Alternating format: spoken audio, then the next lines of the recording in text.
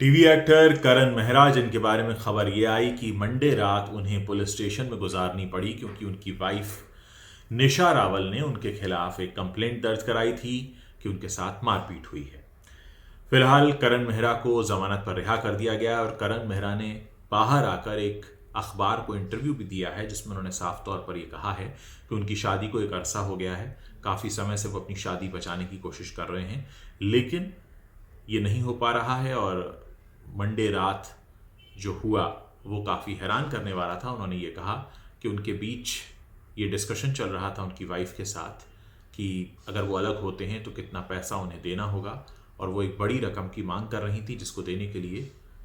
करण मेहरा तैयार नहीं थे। करण ने यह भी कहा कि इस बातचीत के दौरान उनकी पत्नी निशा का भाई रोहित भी वहाँ आया हुआ था और काफ़ी देर तक चर्चा होती रही। जब बात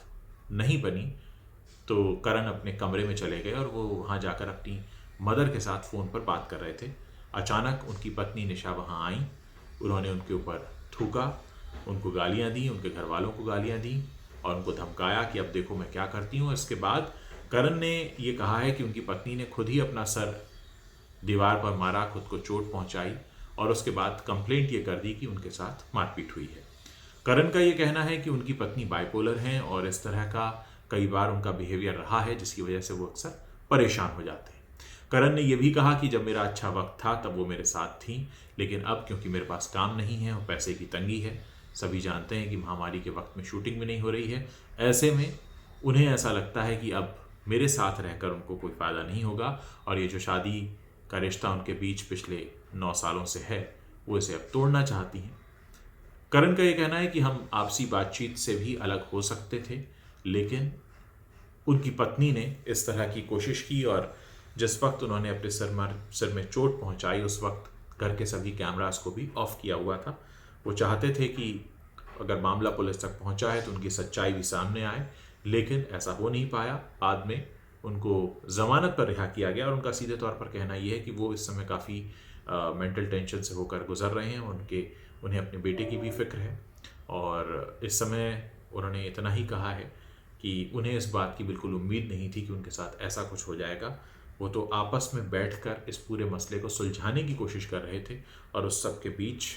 इस तरह से पेश आना उन्हें काफ़ी परेशान करके गया है। बहरहाल देखना यह है कि अब ये पूरा मामला आगे किस तरह से बढ़ता है। मैंने आपको बताया भी था कि आजकल पति पत्नी कुछ ज़्यादा ही वक्त एक दूसरे के साथ बिता रहे हैं और ऐसे में एक दूसरे की खामियों का सामने आना, पारिवारिक कलह होना, लड़ाई झगड़े होना, ये बहुत से घरों में हो रहा है। दुख है कि टीवी पर एक बहुत अच्छे और आदर्श पति की इमेज रखने वाले करण मेहरा असल ज़िंदगी में इस सब से होकर गुजर रहे हैं। जो भी है, दोनों का सच वो दोनों ही बेहतर जानते हैं। उम्मीद है कि इस सच से जो भी आगे दोनों आपस में मिलकर डिसाइड करते हैं वो ठीक होगा और ऐसी कोई घटना दोबारा उनके बारे में सुनने को नहीं मिलेगी। क्योंकि होता यह है कि जब आप एक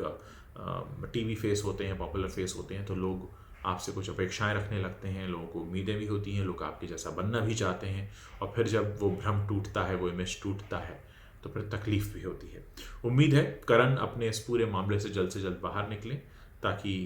हम उनके बारे में कुछ अच्छा भी सुन पाएँ।